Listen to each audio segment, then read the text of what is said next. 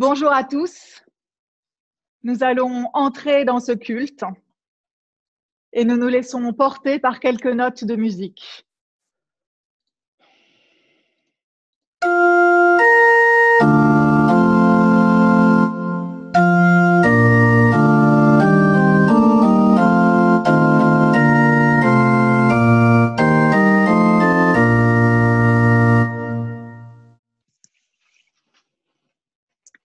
Frères et sœurs, ce matin, les femmes rentrent du tombeau.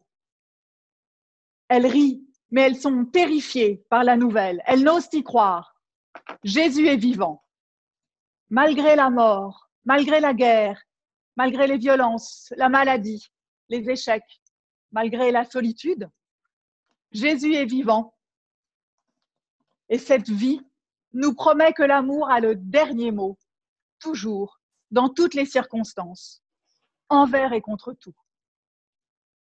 Jésus est vivant, frères et sœurs, il vous accueille ce matin. Recevez la grâce et la paix de la part de Dieu notre Père et de Jésus-Christ, notre Sauveur. Amen. Nous allons chanter, si vous le voulez bien, Jésus sort de sa tombe.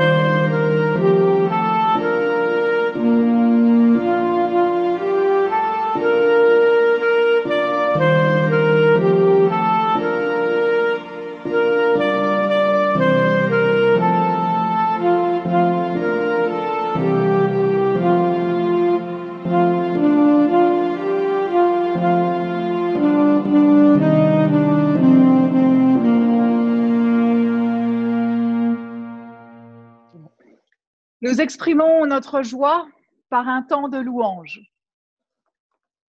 à notre Seigneur Jésus-Christ. Tu es la voix du Dieu vivant, la lumière et l'image de sa gloire. Ta vie, tu ne l'as pas épargnée.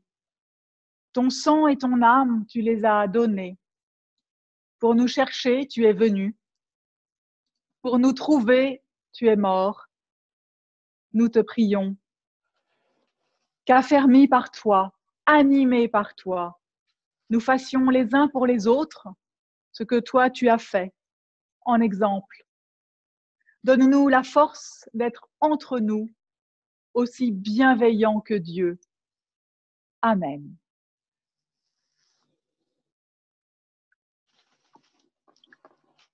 Au moment d'ouvrir la Bible et de lire les Écritures, nous prions.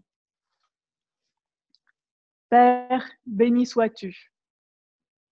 Au matin de Pâques, tu as relevé Jésus d'entre les morts. Par ton esprit, ouvre notre cœur à ta parole pour qu'elle suscite en nous émerveillement et joie. Le Christ est à jamais vainqueur de la mort. Il est avec nous jusqu'à la fin du monde. Amen. Nous lisons ce matin dans l'évangile de Matthieu, au chapitre 28, les versets 1 à 10.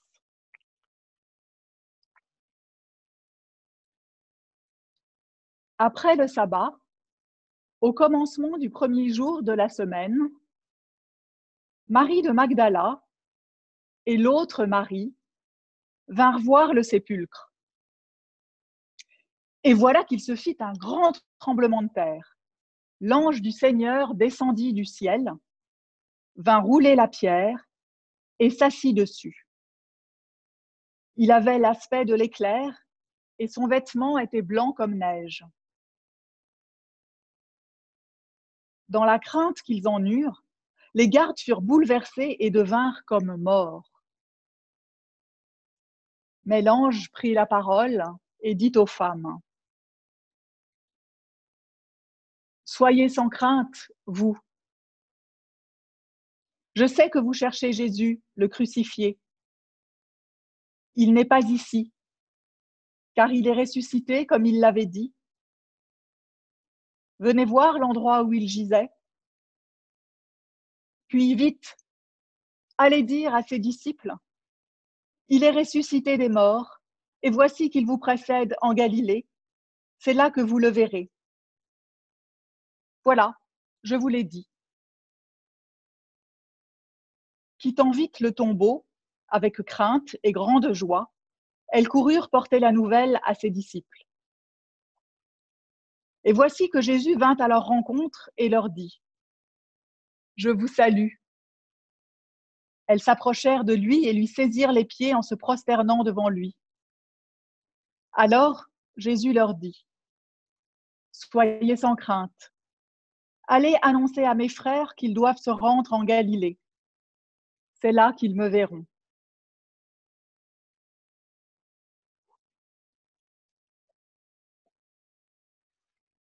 Seigneur, ta parole est la vérité, sanctifie-nous par ta vérité.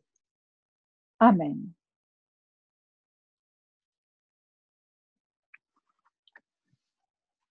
Frères et sœurs, comme on a dit « Je suis Charlie », ce matin, nous pouvons dire « Je suis Marie ».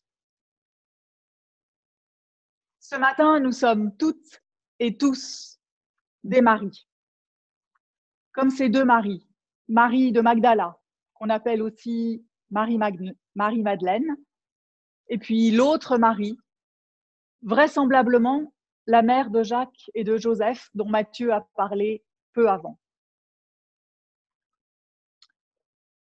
On est comme les Maries, devant le fait accompli. L'ange Dieu, parce que cet ange, c'est Dieu. C'est Dieu lui-même, à n'en pas douter. C'est le même ange Dieu, toujours appelé l'ange du Seigneur, pour le différencier des anges tout court. C'est lui qui, à l'autre bout de l'évangile de Matthieu, vient visiter Joseph pour lui annoncer que sa femme, une troisième Marie, enfantera celui qu'on appellera Dieu sauve, c'est-à-dire Jésus.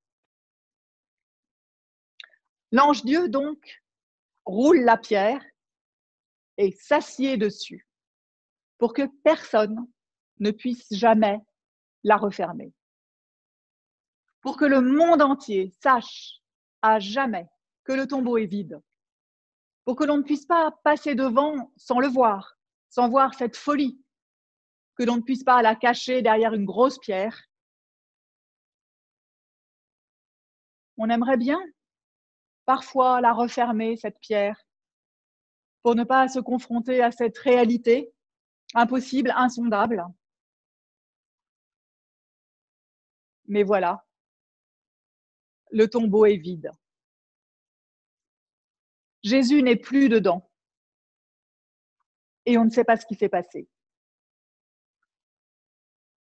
On ne saura jamais. Cette question, cette incertitude, c'est une énigme qui se love dans notre foi et la travaille. Elle nous donne du fil à retordre, je crois.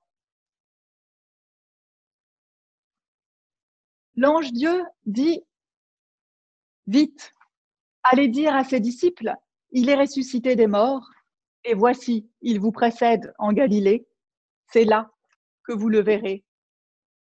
Voilà, je vous l'ai dit. »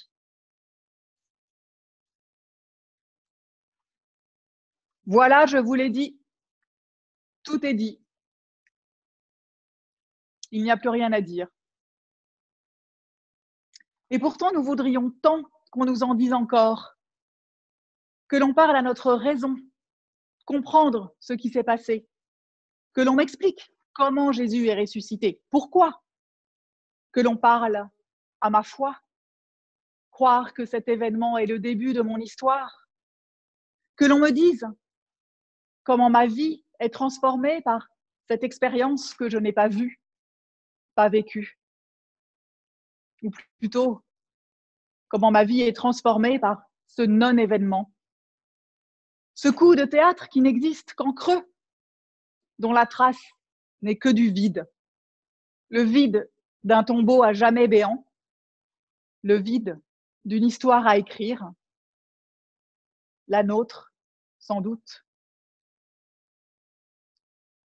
Le but de cette fête de Pâques, c'est de nous expulser de ce tombeau. Si Jésus en est sorti, ce n'est pas pour que nous nous y perdions à essayer de comprendre ou d'y croire. On pourrait assez facilement rester bloqué dans ce puits sans fond qu'est ce tombeau vide. Mais l'ange Dieu nous en chasse en disant « Vite, allez dire, vite, frères et sœurs, vite, il est urgent de quitter la place, de partir, parce que la vie est ailleurs, pas dans ce tombeau vide. Non seulement elle est hors du tombeau, mais elle est loin, la vie, elle est en Galilée. » L'ange Dieu le dit aux femmes, Jésus le leur répète, presque avec la même phrase, 3 versets plus loin. Pas moyen d'y échapper. Il faut aller en Galilée. Nous qui voulions rester sur place, c'est raté. Il faut bouger, partir en voyage, rencontrer d'autres personnes, leur parler et revisiter avec elles le contenu de notre foi.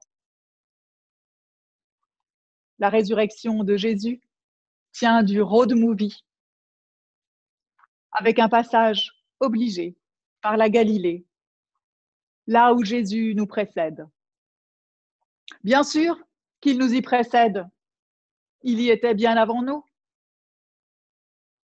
Il s'y est établi avec ses parents à Nazareth, au chapitre 2 de l'évangile de Matthieu, au retour du voyage en Égypte, entrepris pour, déjà, lui sauver la vie, quand le roi Hérode avait ordonné la mort de tous les enfants de Bethléem de moins de 2 ans.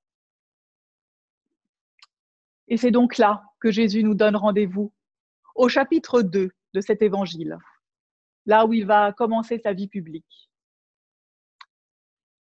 Nous sommes au chapitre 28 et nous allons repartir 26 chapitres en arrière et réexplorer une nouvelle fois ces sentiers tortueux où se nourrit notre foi.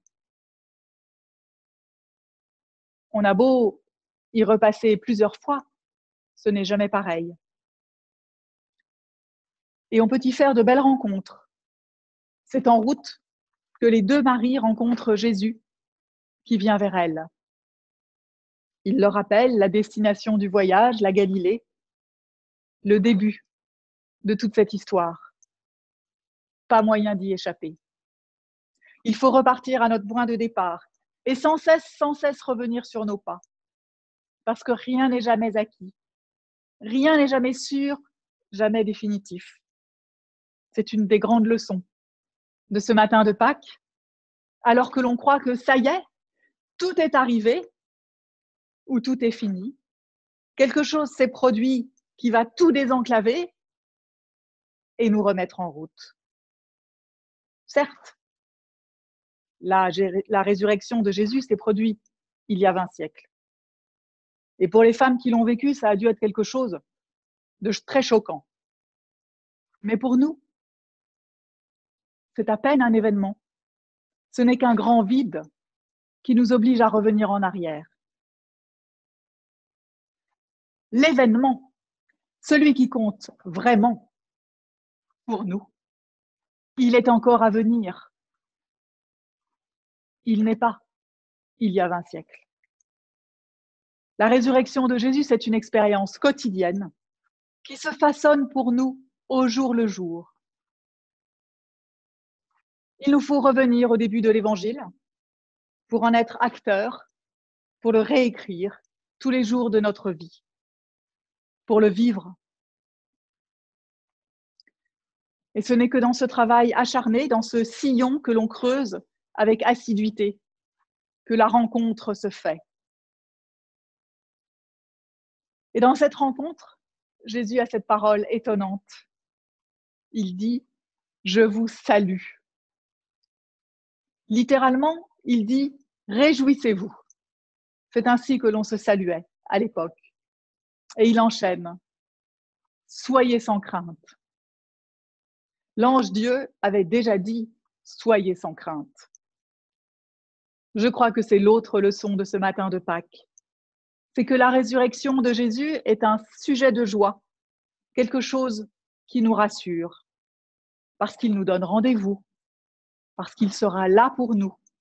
Il viendra à notre rencontre, comme il est venu à la rencontre des deux Maries, parce qu'il nous précède dans notre voyage personnel.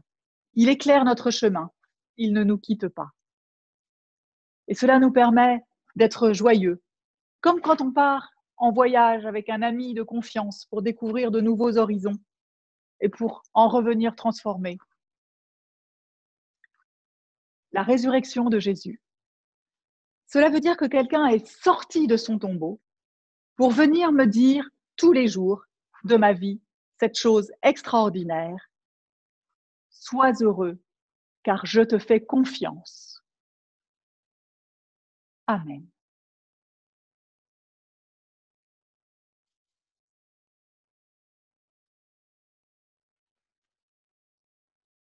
Je vous propose de chanter.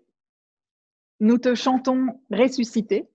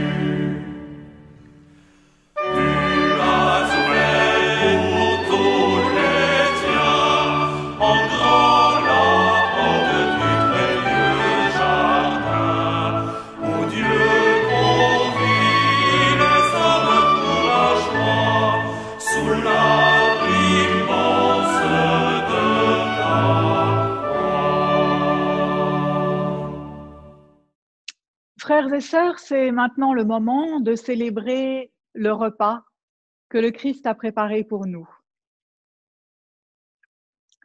Nous prions. Seigneur, les épis jadis épars dans les campagnes et les grappes autrefois dispersées sur les collines sont maintenant réunis dans ce pain et ce vin devant nous. De même, rassemble bientôt l'humanité tout entière, les extrémités du monde dans ton royaume. Viens, Seigneur Jésus. Il est beau, il est bon de te louer, Seigneur notre Dieu. Le ciel se réjouit, La terre s'est vêtue de lumière, le monde entier est entré dans la fête, car le Christ est ressuscité. Lui, l'éternelle allégresse, il a vaincu la mort. Et à ceux qui sont dans les tombeaux, il a donné la vie.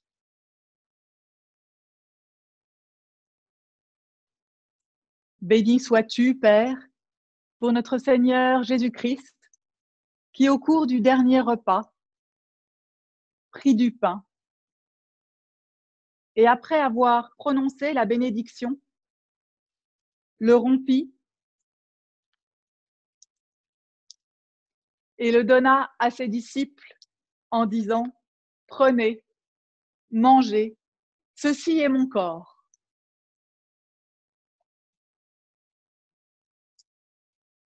Puis il prit la coupe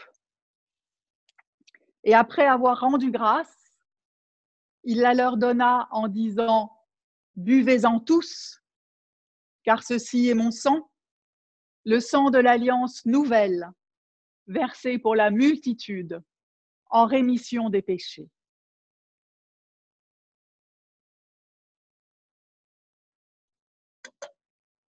Il ajouta, « Je vous le déclare, je ne boirai plus de ce fruit de la vigne jusqu'au jour où je le boirai nouveau avec vous dans le royaume de mon Père. »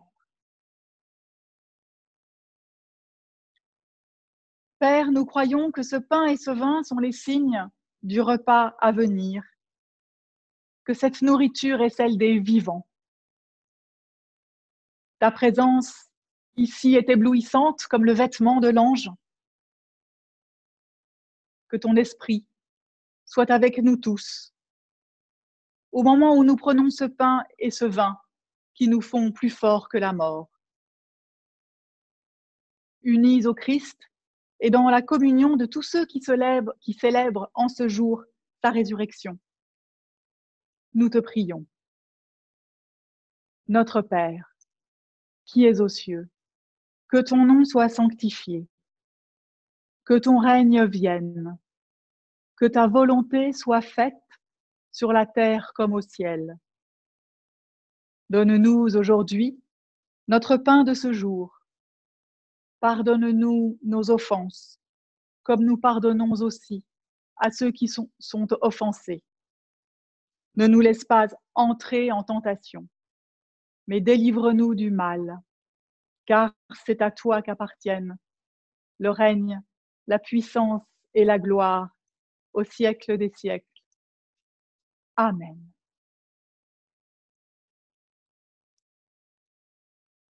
Quiconque voit dans ce pain et dans ce vin les signes de la présence du Christ ressuscité et vivant parmi nous est invité à ce repas.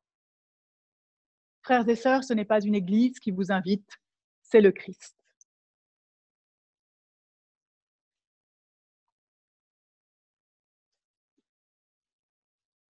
Mon frère, ma sœur, le Christ est avec toi.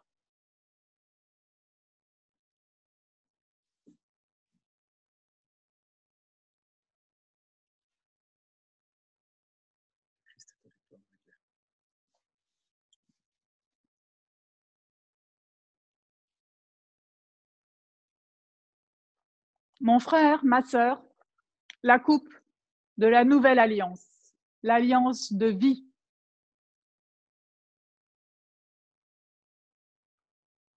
Nous voici devenus les témoins de ta résurrection. Que notre joie guide notre course pour dire au monde que tu es vivant. Sois avec nous quand nous dévoilerons cette espérance à ceux qui sont dans la douleur, quand nous dirons ce bonheur à ceux qui ne le partagent pas encore, quand nous annoncerons cette paix à ceux qui sont encore divisés, quand nous proclamerons cette certitude à ceux qui sont encore dans le doute. Car nous savons dès aujourd'hui que la vie éternelle est commencée et que tu nous précèdes sur nos chemins. Que l'amour du Christ Notre lumière vous accompagne et vous rende rayonnant et fraternel. Allez dans la joie du Christ ressuscité. Amen.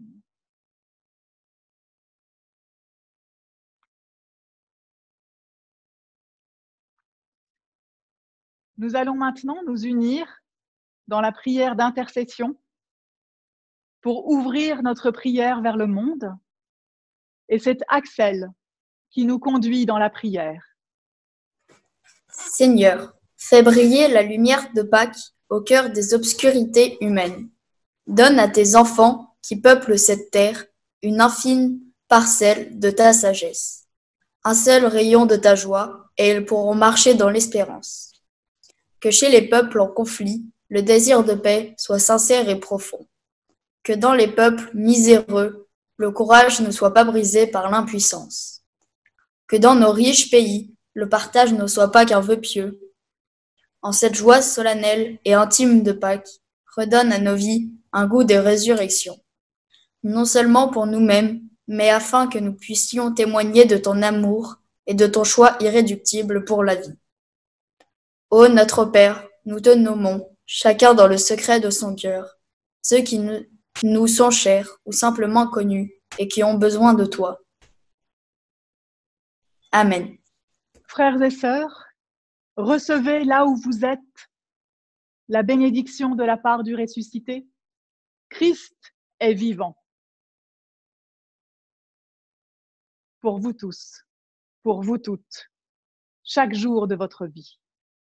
Allez, rassurés et joyeux, c'est sa vie qui vous appelle, c'est sa vie qui vous attend. Croyez seulement et vous découvrirez l'infinité des dons de Dieu.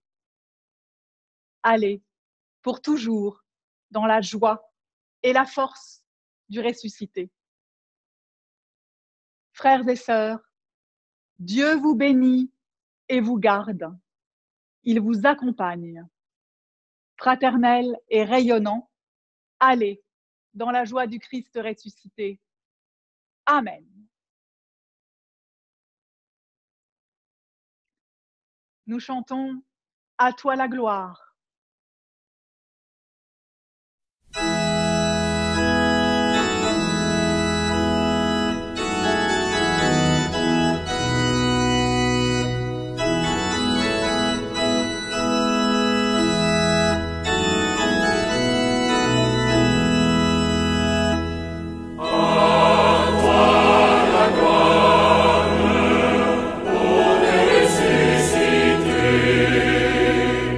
À toi la victoire.